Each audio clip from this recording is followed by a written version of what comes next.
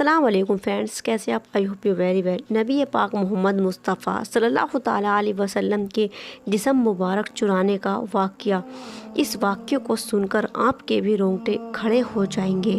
عبدالشیخ دہلوی نے اپنی کتاب تاریخ مدینی میں لکھا ہے، تقریباً آج سے 800 سال پہلے مصر میں ایک بادشاہ ہوا کرتے تھے جن کا نام نور الدین جنگی تھا، جو بہت نیک بادشاہ، ہر وقت اللہ کی عبادت میں رہتے تھے اور ہر وقت اللہ پاک کا ذکر کیا کرتے تھے۔ وہ ہر رات سونے سے پہلے حضرت محمد مصطفیٰ صلی اللہ تعالیٰ علیہ وسلم پر 1000 مرتبہ درود شریف پڑھ کر سو۔ ایسا ہوا کہ تھکاوٹ کی وجہ سے انہوں نے 1000 درود پاک نہ پڑھ کر 700 ہی درود پاک اور سو گئے، تو خواب میں حضور پاک رسول صلی اللہ تعالیٰ علیہ وسلم کے دیدار ہوئے۔ تو آپ صلی اللہ تعالیٰ علیہ وسلم نے فرمایا کہ اے نور الدین، آج تم نے مجھ پر 300 درود کم کیوں بھیجے؟ تو نور الدین بادشاہ کی ایک دم آنکھیں کھلی اور انہوں نے اسی وقت وضو کیا اور 300 درود پاک پڑھے اور 1000 درود پاک کو مکمل کیا۔ اس واقعے کے بعد سلطان نور الدین سوئے ہوئے تھے کہ انہوں نے خواب میں دیکھا حضور پاک صلی اللہ تعالیٰ علیہ وسلم کی بشارت ہوئی ہے۔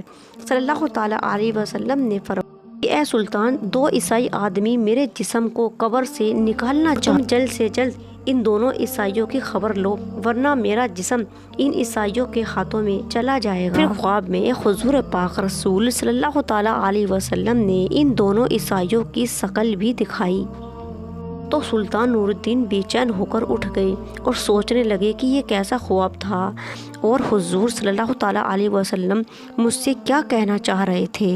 پھر سلطان نور الدین بستر سے اٹھے، وضو کیا اور 2 رکعت نماز پڑھی اور لیٹ گئے، اور پھر جب آپ کی آنکھ لگ گئی تو پھر سے حضور پاک رسول صلی اللہ تعالیٰ علیہ وسلم کے دیدار ہوئے کہ میری بات پر دھیان دو اور جلد سے جلد مدینے آ جاؤ اور میرے جسم کو ان عیسائیوں سے بچاؤ۔ اس بار بھی سلطان گھبرا کر اٹھ گئے، پھر وضو کیا اور 2 رکعت نماز پڑھی اور پھر تیسری بار بھی سو گئے۔ پھر حضور پاک رسول صلی اللہ تعالیٰ علیہ وسلم نے تیسری بار بھی خواب میں آئے اور اس بار تھوڑی سختی سے کہا کہ اے نور الدین، جلد سے جلد مدینے آ جاؤ اور میرے جسم کو ان عیسائیوں سے بچاؤ۔ سلطان گھبرا کر اٹھے اور اپنی فوج کو جمع کیا اور بولے کہ کوئی نہ کوئی معاملہ ضرور ہے، کہ حضور پاک رسول صلی اللہ تعالیٰ علیہ وسلم جسم مبارک کو کوئی نہ کوئی خطرہ ضرور ہے۔ تبھی حضور پاک رسول صلی اللہ تعالیٰ علیہ وسلم کے بار بار دیدار ہو رہے ہیں اور آپ فرما رہے ہیں کہ میرے جسم کو ان عیسائی لوگوں سے بچاؤ۔ سلطان نے رات میں ہی اپنا لشکر تیار کیا اور رات کو ہی روانہ ہو گئے۔ 2 دن کے سفر کے بعد آپ مدینے پہنچے۔ سلطان کے وزیر جمال بولے کہ اے سلطان، اگر آپ سیدھا ہی لوگوں سے پوچھو گے کہ کون ہے تو حضور صلی اللہ تعالیٰ علیہ وسلم کے جسم مبارک کو نکالنا، تو وہ عیسائی لوگ چوکنے ہو جائیں گے اور ہمارے ہاتھ کبھی نہیں لگیں گے۔ اس لیے آپ سبھی مت ایک جگہ جمع کریں اور انعام لینے کے لیے کہیں۔ جب وہ آئیں گے تو آپ انہیں پہچان لینا اور ہم انہیں آسانی سے پکڑ لیں گے۔ سلطان نے کہا کہ ٹھیک ہے، اس کا بندوبست کرو۔ پھر مدینے میں ایک اعلان کر دیا گیا کہ صبح پورے مدینے میں سلطان نور الدین کی طرف سے انعام بانٹے۔ سلطان انعام تقسیم کرتے وقت ایک کرسی پر بیٹھ گئے اور وزیر جمال انعام تقسیم کرتے، اور سلطان ہر انسان کا چہرہ بہت دھیان سے، بہت غور سے دیکھ رہے تھے۔ پھر بھی وہ 2 انسان دکھائی نہیں دے رہے تھے جن کی شکل حضور پاک صلی اللہ تعالیٰ علیہ وسلم نے دکھائی تھی اور کہا تھا کہ یہ دونوں میرے جسم کو نکالنا چاہتے ہیں۔ دوپہر کا وقت ہو گیا، سارے انعام بٹ گئے، پر ان دونوں عیسائیوں کا کوئی پتہ نہیں چلا۔ پھر سلطان نے کہا کہ کوئی بچا تو نہیں ہے جسے انعام نہ ملا ہو؟